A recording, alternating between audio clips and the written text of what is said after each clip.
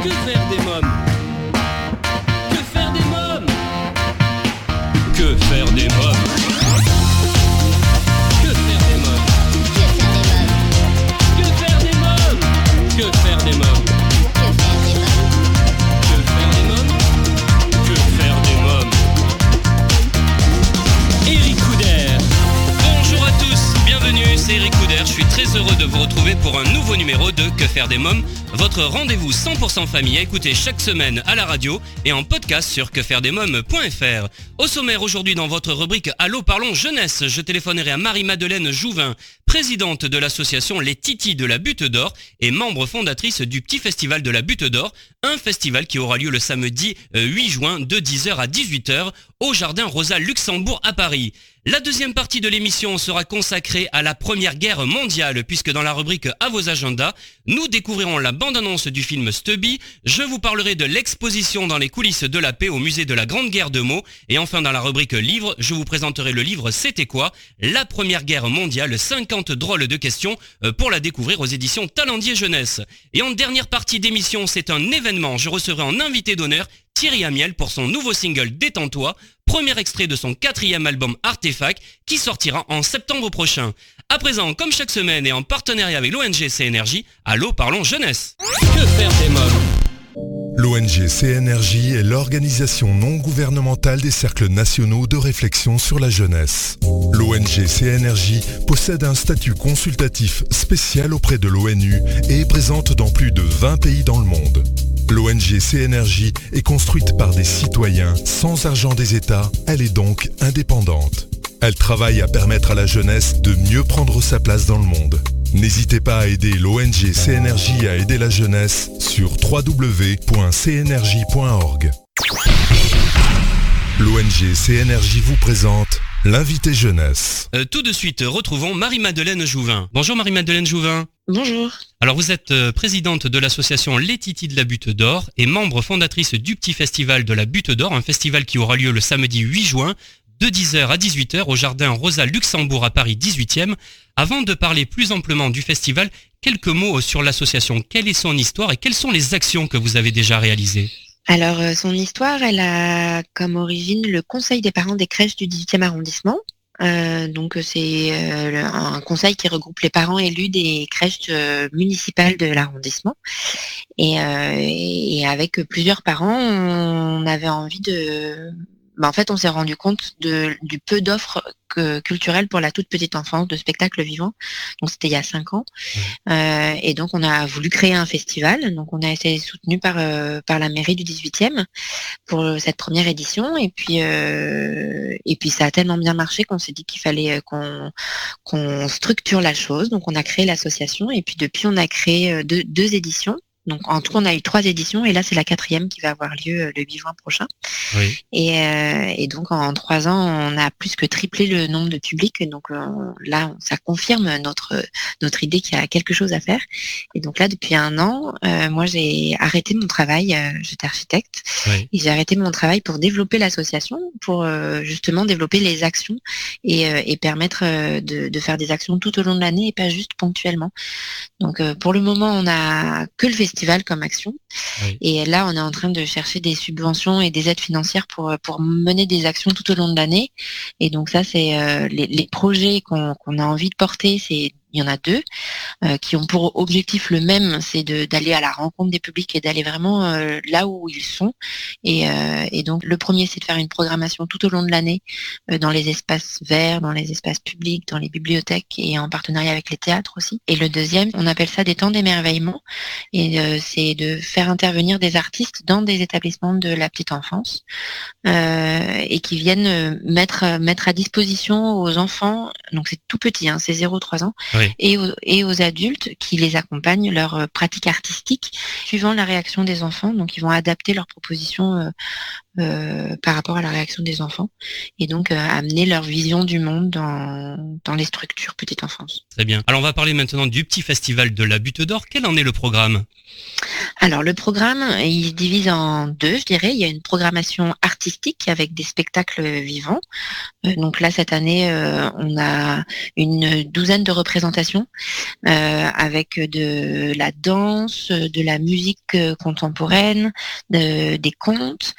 Et puis cette année, on a une sieste musicale, donc on est assez content de cette programmation. Ça m'a intrigué, ça, la sieste musicale, pour tout vous dire. Et ben voilà, c'est une sieste où on a créé des aménagements, donc on a plein de coussins et puis on a des matelas pour que les enfants et les adultes puissent s'allonger. Et il va y avoir une projection au plafond. Donc ce spectacle-là est proposé par la compagnie du Rouge-Gorge et c'est leur première sieste musicale. Donc on est assez content parce que c'est vrai que c'est un type de programmation qu'on n'avait pas jusqu'à présent et qui est important, je pense, pour les parents parce que c'est un temps calme et immersif. Donc on va voir comment ça se passe. C'est une très belle idée en tout cas. Ouais, on est assez content. Et après, donc ça, c'est les spectacles que je vous ai dit, donc il y en a 3 qui vont être dans des salles qui sont sur réservation en ligne ou le jour J. On indique que c'est quand même mieux de le faire en avance pour être sûr d'avoir une place. Bien sûr. Et puis après il y a une programmation artistique en extérieur. Donc là c'est ouvert à tous, où ça va être un plus large public. Et là il y a la chorale de la Voix des crèches. Et pour clôturer le festival, on a un spectacle pour tous âges, je dirais. Ils vont être 6 sur scène avec batterie, contrebasse, saxophone, et là a priori ça va mettre la patate. Donc ça c'est la programmation artistique. Et puis après il y a la programmation ludique où là on va avoir des ateliers, on va avoir une petite ferme avec la participation de la petite ferme de la Goutte d'Or. On va avoir les vergers urbains qui vont aussi mener des ateliers pour créer des bombes de graines, et toutes ces animations ludiques sont coordonnées par Home Sweet Mom. Voilà. En tout cas c'est un beau programme. Je vous remercie Marie-Madeleine Jouvin, merci beaucoup. Merci beaucoup à vous. Le petit festival de la Butte d'Or le samedi 8 juin de 10h à 18h au jardin Rosa Luxembourg à Paris 18e. À présent, c'est le moment de faire une courte pause. À tout de suite. Que faire des mômes ? Vous écoutez Que faire des mômes, votre rendez-vous 100% famille, c'est Eric Couder. À présent, c'est votre rubrique à vos agendas. Que faire des mômes ? Cinéma, cette semaine, je vous propose de découvrir la bande-annonce du dessin animé Stubby, sorti le 22 mai dernier, réalisé par Richard Lani avec les voix de Gérard Depardieu, Logan Lerman et Leda Bonham Carter. L'équipe de Que faire des mômes a eu la chance d'assister à une projection privée. Le film raconte l'histoire vraie et extraordinaire du jeune Stubby, chien errant qui se retrouve dans un camp d'entraînement militaire et qui jette son dévolu sur le jeune soldat Conroy. Il devient la mascotte du camp, mais le général annonce le départ au combat en Europe. Le chien n'est pas autorisé à partir, alors Conroy et ses amis l'embarquent clandestinement à bord de la flotte américaine. Une fois dans les tranchées, le jeune chien est considéré comme un sauveur. Il aide les soldats à se sentir mieux en leur apportant tendresse et fou rire, mais il fait bien plus que ça. Il part au front avec toute l'équipe, retrouve des blessés, prévient les alliés en cas d'attaque aux produits chimiques. Une histoire racontée via les lettres du jeune soldat envoyé à sa grande sœur qui ajoute encore plus de réalisme. Un film idéal pour sensibiliser les plus jeunes sur cette guerre. Pas de violence, pas de sang, un film nécessaire. Découvrons ensemble la bande-annonce. Qui a laissé entrer ce chien ? Fiche le camp ! Il nous reste à peine 4 semaines pour finir de faire de vous des soldats. Tiens, en voilà un prêt à y aller.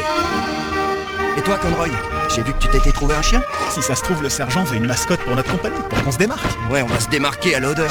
Non, arrête ! Eh bien, je crois que tous les hommes et les chiens de bonne volonté sont les bienvenus dans ce combat. Bon travail, soldat. Merci, sergent. Pas toi, idiot. Je parlais à ton chien.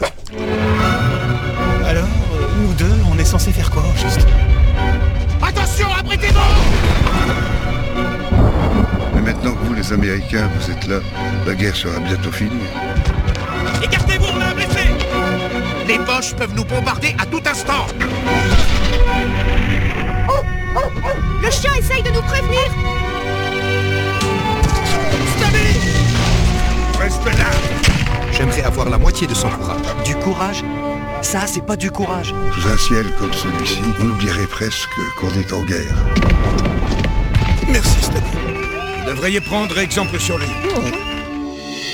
Stubby, un film coup de cœur à découvrir en famille au cinéma. À noter dans vos agendas, à partir du 8 juin jusqu'au 8 décembre 2019, Le plus grand musée d'Europe 14-18, le musée de la Grande Guerre de Meaux, vous propose l'exposition Dans les coulisses de la paix. L'exposition revient sur cette période qui, de novembre 1918 à la signature le 28 juin 1919 du traité de Versailles, principal traité de paix entre l'Allemagne et les Alliés, a façonné l'histoire européenne. Dans les coulisses de la paix, une exposition à découvrir en famille jusqu'au 8 décembre 2019 au musée de la Grande Guerre de Meaux. Maintenant, c'est votre rubrique livre. Que faire des mômes ?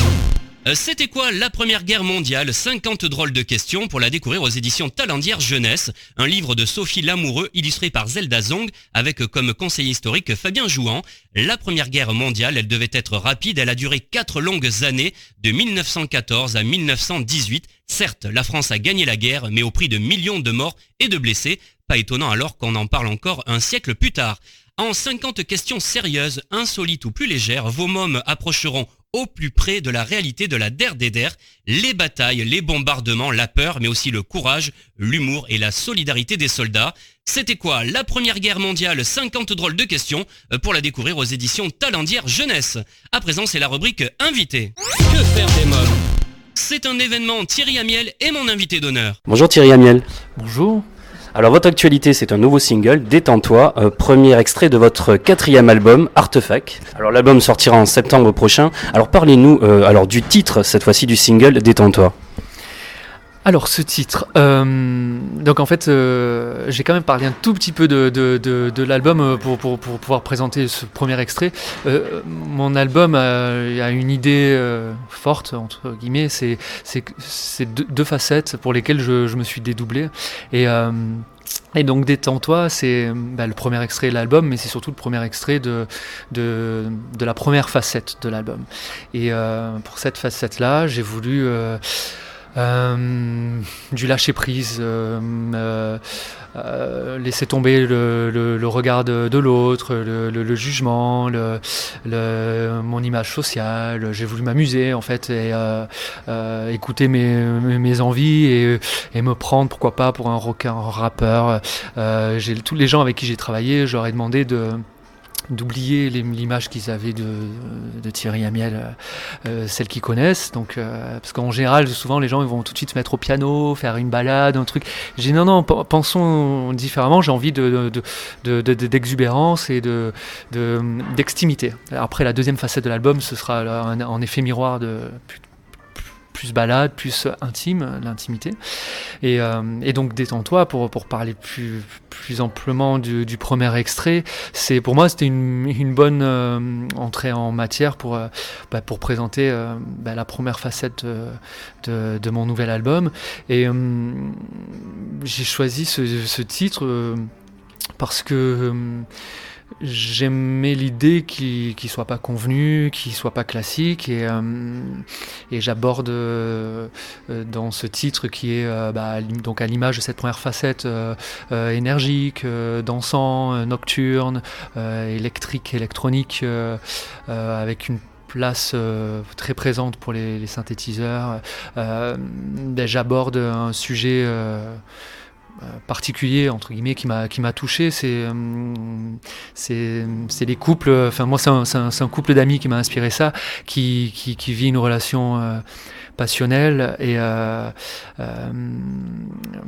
de dépendance aussi, de conflictuelle, qui se séparent, qui se disputent, mais qui ne peut pas vivre l'un sans l'autre, et ça m'a intéressé en fait.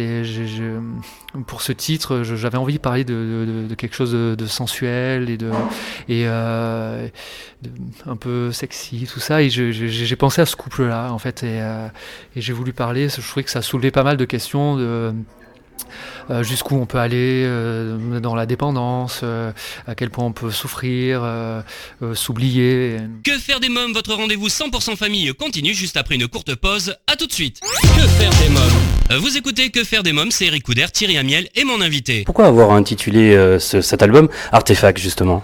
Tout d'abord, pour la notion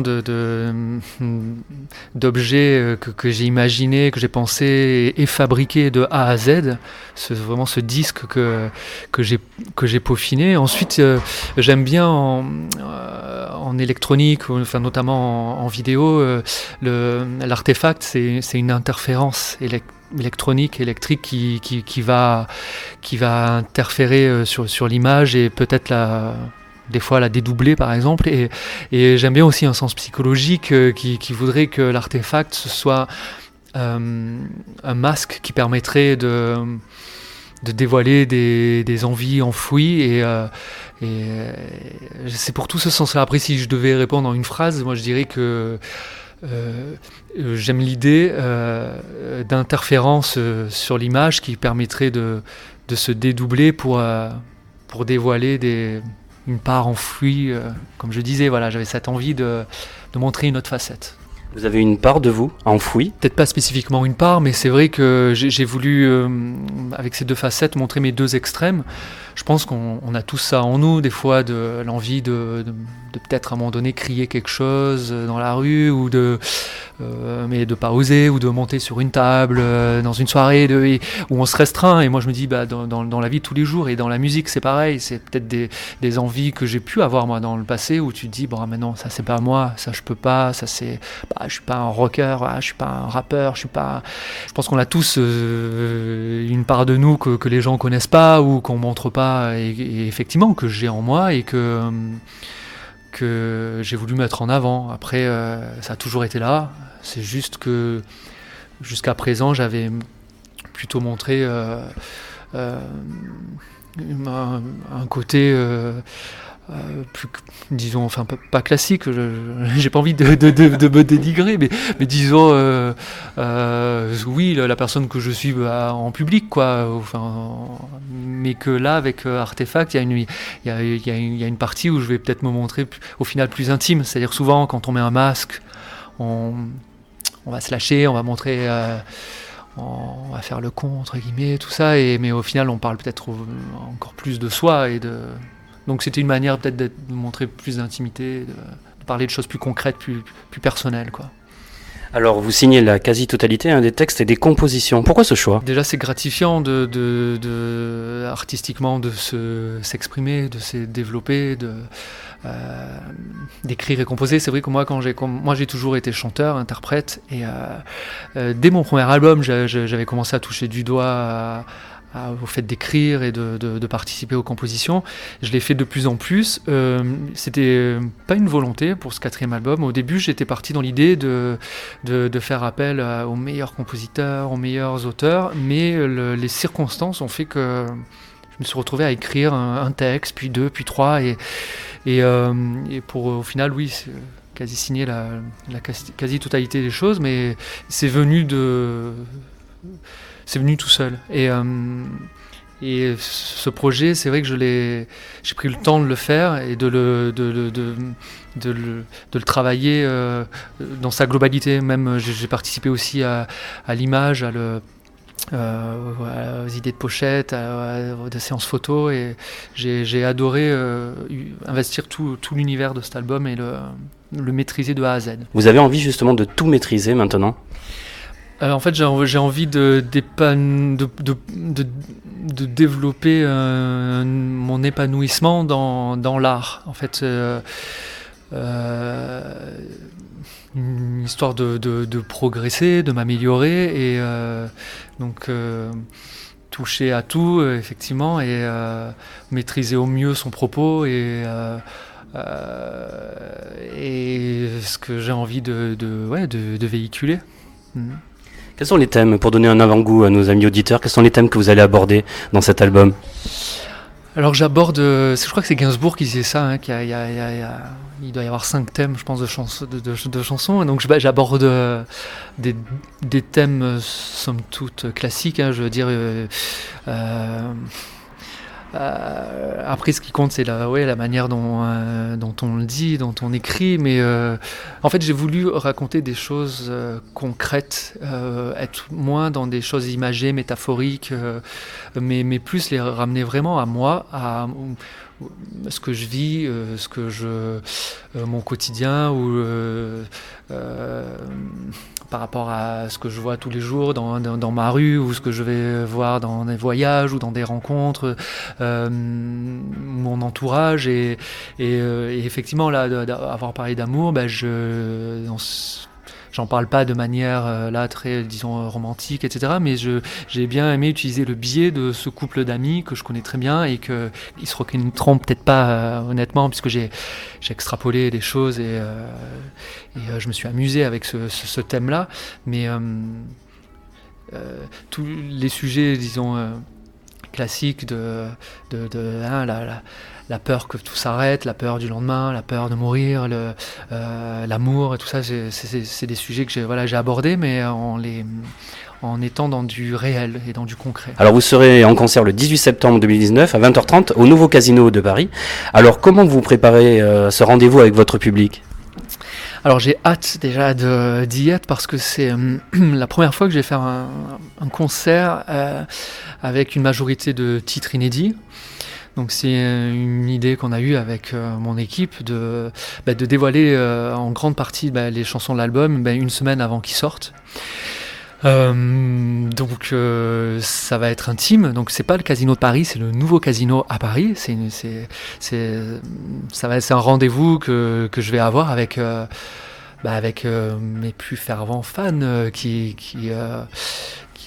ont sauté tout de suite sur les réservations pour être présents, et en même temps aussi avec les médias pour pouvoir présenter ce nouvel album une semaine avant qu'il sorte. Que faire des mômes revient dans quelques instants, juste après une courte pause. À tout de suite. Que faire des mômes ? Vous écoutez Que faire des mômes, c'est Eric Couder. Retrouvons tout de suite Thierry Amiel. Vous aimez la scène ? J'aime bien tout, moi, dans mon métier. J'adore la part de création, d'invention, quand on écrit des textes, on compose des titres, on imagine des univers. J'aime aussi ce qu'on est en train de faire là, d'en parler, discuter, rencontrer des médias, des gens qui font la gentillesse de s'intéresser à mon travail, à mes chansons. Et j'aime aussi rencontrer le public, et ça passe par des fois des rendez-vous comme des émissions de télé en public ou à la radio, mais surtout sur scène. Et c'est des moments de communion, c'est des moments magiques. C'est vrai que la musique, c'est quand même très particulier quand on prend un peu le recul, de se dire c'est fou ce besoin qu'a eu l'être humain à un moment donné de créer des sons, de créer des instruments et de jouer ensemble, de chanter ensemble. Alors vous avez été révélé par l'émission À la recherche de la nouvelle star, dont vous avez été finaliste. Quel souvenir vous en gardez ? Pour moi, ça a été une chance, cette émission, parce que j'y ai participé sans trop savoir ce que ça allait pouvoir m'apporter, à part que j'avais une envie très tôt, moi, de vouloir être chanteur, de vouloir chanter, gagner ma vie comme ça, et donc je voulais absolument être chanteur. Donc j'ai vu cette émission, je m'y suis inscrit, et j'en garde un énorme souvenir parce que ça a changé ma vie. Moi, je suis monté sur Paris pour participer à cette émission-là, et je suis jamais revenu. Et grâce à ça, j'ai rencontré mon public, et je sors mon 4e album. Je vais préparer ma 3e tournée. J'ai pu faire une comédie musicale. Enfin, c'est l'expérience qui m'a permis de commencer professionnellement vraiment ce métier à un niveau national et même francophone, quoi. Je me souviens de votre interprétation de Je suis malade ou encore de l'Aigle noir. Est-ce que c'est vous qui avez choisi d'interpréter ces titres ? Ouais, c'est moi. D'ailleurs, j'ai bien énervé tout le monde.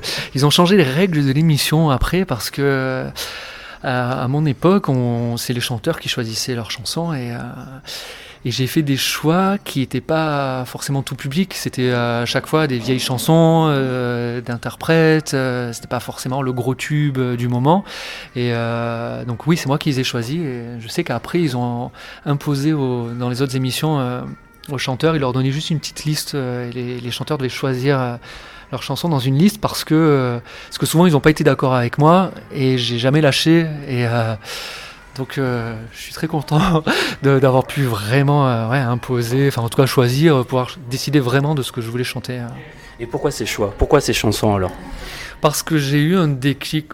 Moi, ma chanson porte-bonheur, et ça a été Je suis malade. C'est une chanson que j'ai interprétée moi avant la Nouvelle Star, où moi je vivais déjà de la musique, je dans des mariages, dans des soirées, je commençais à être intermittent du spectacle.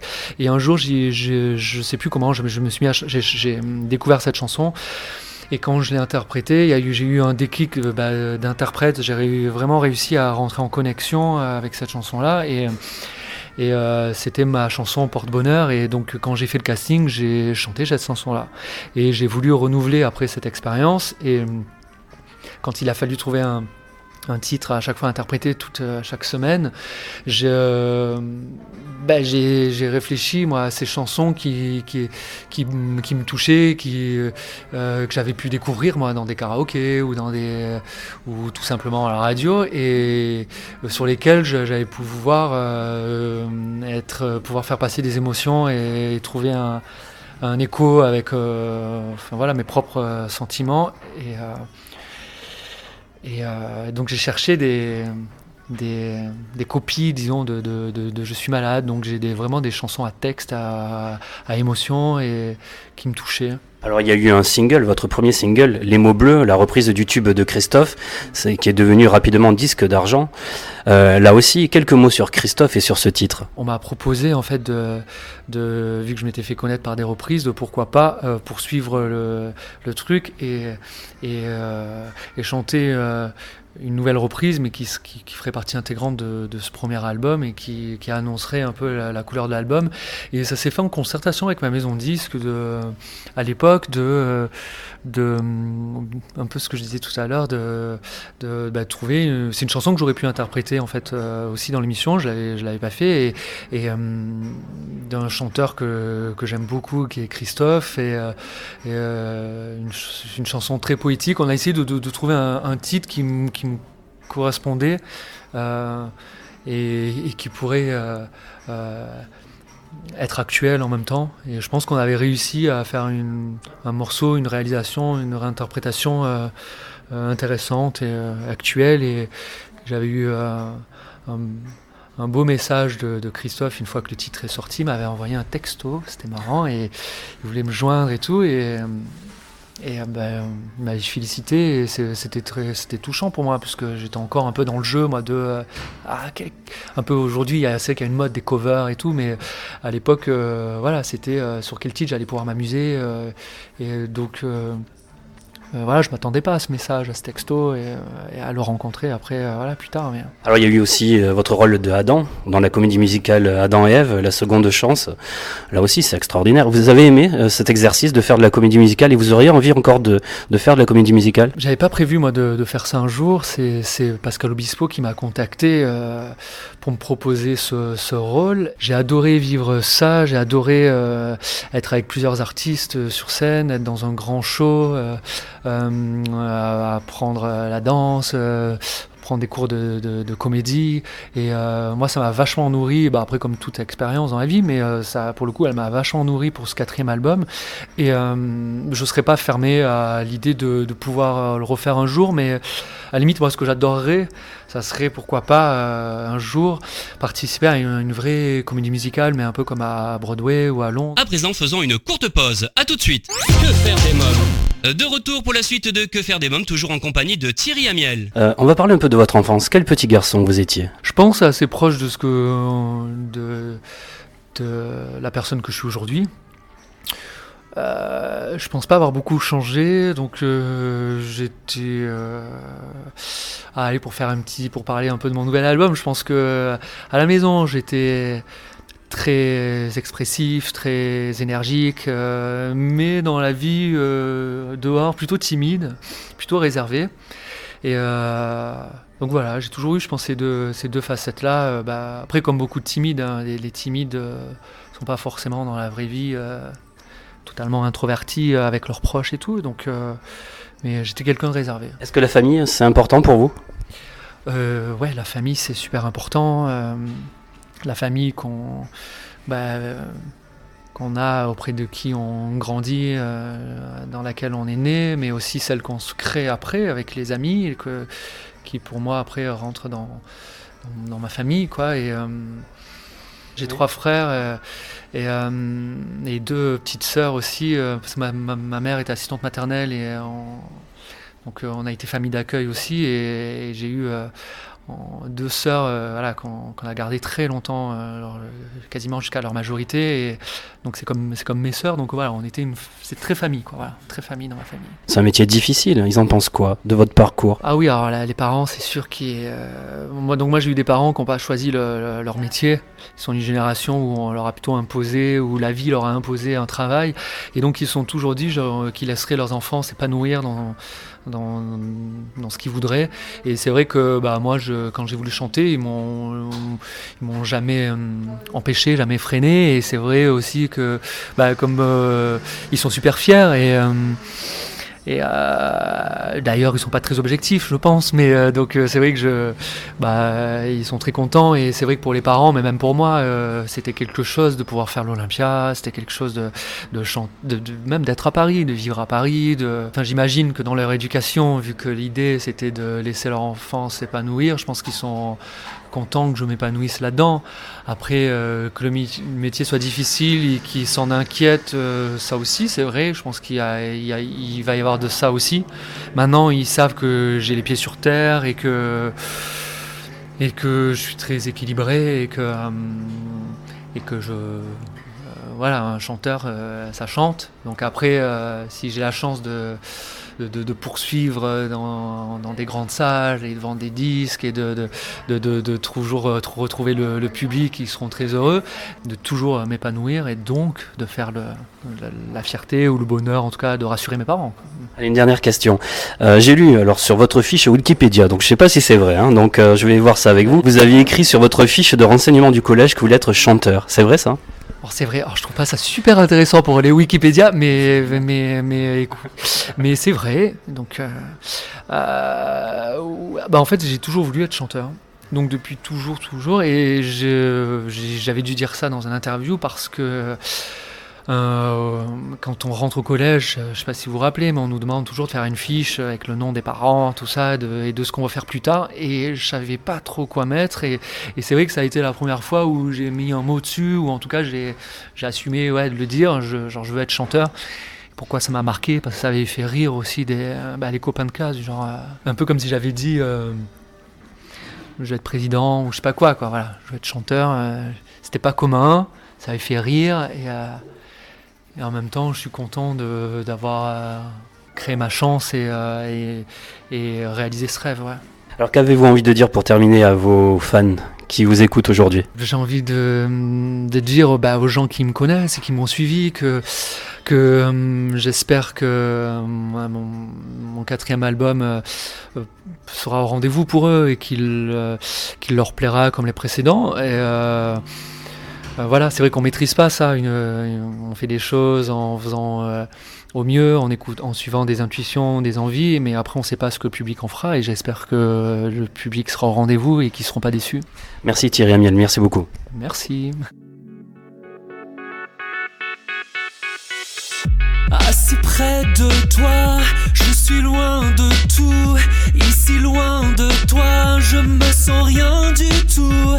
Jeté dans la peau, hurle dans nos draps, tes cris, tes sanglots.